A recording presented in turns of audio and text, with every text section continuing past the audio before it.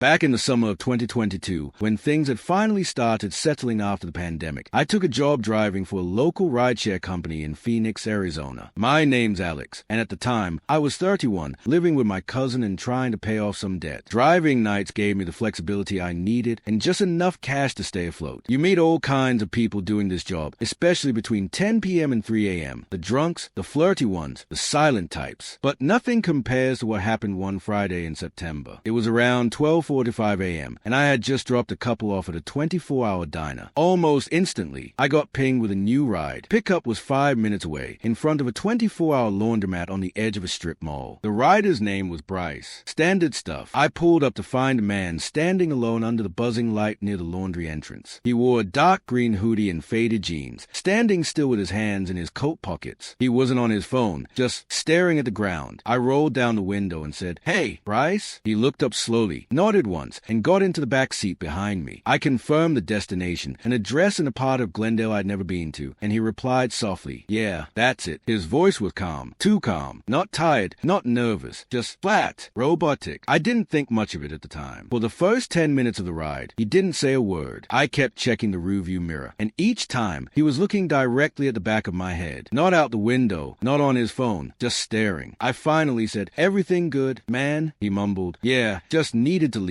I asked where from, but he replied, "Doesn't matter." So I let it go. We were about 5 minutes from the drop-off when he leaned forward and pointed to a narrow gravel driveway between two fences. "Turn here instead," he said. The house he pointed to was dark, completely unlit, and it looked like it hadn't been touched in years. Broken shutters, no cars, weeds waist-high. I asked, "This your place?" He didn't answer that, just said, "Just pull in." I hesitated, but curiosity, or stupidity, made me do it. I pulled in and parked. He didn't get out. Instead, he stared at the house for a long while. Then finally, he muttered, "Wait here," and got out, but he didn't go to the front door. He walked around the side and disappeared into the shadows. Something about it felt wrong. My instincts kicked in, and after waiting 2 minutes, I manually ended the trip and shifted into reverse. Just as I was about to back out, I saw him walking quickly toward the car, faster than before. He opened the door without a word and slid in. "Take me to the other spot," he said. I replied, "You'll need to enter it in the app." He stared at me in the mirror, not blinking. "Just drive. I'll tell you." I repeated that I needed the address in the app. Still nothing. Finally, he said, "Take me back to where you picked me up." I agreed, just wanting the night to be over. The whole ride back, he watched me, silent, breathing louder. The tension was suffocating. When we pulled up to the laundromat, he leaned forward and asked, "You ever wonder how it ends for you?" I blinked. "Not really." I said, trying to keep it light. He stared for a second. "I think about it all the time." Then he opened the door, stepped out halfway, looked back at me, and said, "You shouldn't have picked me up," then walked behind the building. I checked the ride history once I got home. His name? Gone. No trip log. Just blank. Like it never happened. Music. This next story happened just a few weeks later, late October. I was driving a lot that month, and the tourist season had picked up. I'd just dropped off a couple drunk 20-somethings at a rooftop bar when I got a request for a pickup nearby. Rider name, Nolan. The pin was dropped on a back alley next to an old barbershop. Weird spot, but I figured it was just a GPS glitch. I rolled up, and sure enough, a guy in a black hoodie was standing next to a dumpster, phone in hand. I said, "Nolan?" He nodded and got in without speaking. He looked totally sober, just extremely tense. I asked how his night was going. Nothing. Not a word. I started the ride. His destination was a suburb nearly 30 minutes west. The further we drove, the quieter it got. I glanced back once and noticed he had his phone flashlight on, pointed up at my headrest. I half laughed and said, "Need some light back there?" He turned it off without a word. As we neared the house, a place tucked deep in a cul-de-sac with no porch light and overgrown trees, I asked, "This the place?" He just stared out the window, then slowly nodded. I parked, expecting him to get out. He didn't. I asked again if he was good. Nothing. Then he opened the door, stepped out, and stood silently facing the house. After maybe a minute, he turned around and said, "I need to go back." "To where?" I asked. "Where you picked me up." I told him he'd have to request a new ride. That's when he said, "I can't. They're still in there." My stomach dropped. "Ooh." I asked. He didn't respond, just stood still, breathing heavy. I said again that he needed to request a new ride. He finally closed the door and walked slowly to the porch. I pulled away, but when I stopped at a gas station 10 minutes later, he was in my back seat. I swear I had locked the doors. I screamed, "How did you?" He whispered, "They are still there. They won't leave." He wasn't threatening me, but something about him was wrong. I played along and drove him back. He didn't speak again, just stared at the dark house, walked to the porch, and disappeared. Music. I'm Maya, 18 years old, and I live alone with my terrier, Binky. This happened in January 2023. delivery. I live outside of a small New Mexico town, about 9 miles out. Food delivery can be a pain, so I often use Uber Eats. That night, I'd been cleaning for hours. My boyfriend was visiting the next day. I was tired and didn't want to cook, so I ordered food from a nearby diner. My settings are always leave at door. I don't like interacting with drivers. I saw the delivery had arrived and ran to get it, but there was nothing there. I was about to message the driver when my neighbor knocked. He was holding my food. "Hey," he said, "the guy delivering it was looking through your window." I grabbed it from him. I was weirded out but thanked him. The rest of the night was quiet until 1 a.m. when Binky started growling at the back door. He never does that. Minutes later, banging on my bedroom window. I froze. I grabbed my phone, called 911, and whispered that someone was in my backyard. My window doesn't lock well. I hid in the kitchen with a knife. Outside, the white Nissan from earlier, parked across the field. The cops arrived. I was a mess. They checked the yard. Fresh footprints. But he wasn't in the car, and not in the backyard anymore. They said they'd patrol the area. One female officer even stayed behind, hidden, at 2 a.m., pounding on the front door. Police. They got him. He came back. He had actually come back. I never use Uber Eats anymore when I'm home alone. My name's Jared, 26. In 2023, I flew to Maryland to visit my fiancée, Erin, for her Navy training graduation. We spent the first week together before her family came to town. After spending a whole day exploring D.C., we requested an Uber from the National Mall. 10 minutes later, a black SUV pulled up. Erin asked, "Uber for Erin." The guy nodded. We got in. No greeting. No app confirmation. Just driving. 5 minutes later, Erin showed me her phone. Our real Uber had just arrived. This guy wasn't it. I leaned forward and said, "Hey man, we changed our mind. Just let us out here." He didn't respond. I showed him my knife and said, "We're not playing. Pull over." He stayed, then finally did. We jumped out. He sped off. The real Uber driver told us fake drivers had been picking up tourists lately. Some people had gone missing. We filed a police report. They never found him. But to this day, I think about what might have happened if I hadn't had that knife. Let this be a reminder. Always verify your driver. Always check the car. Always trust your gut. Ask ChatGPT.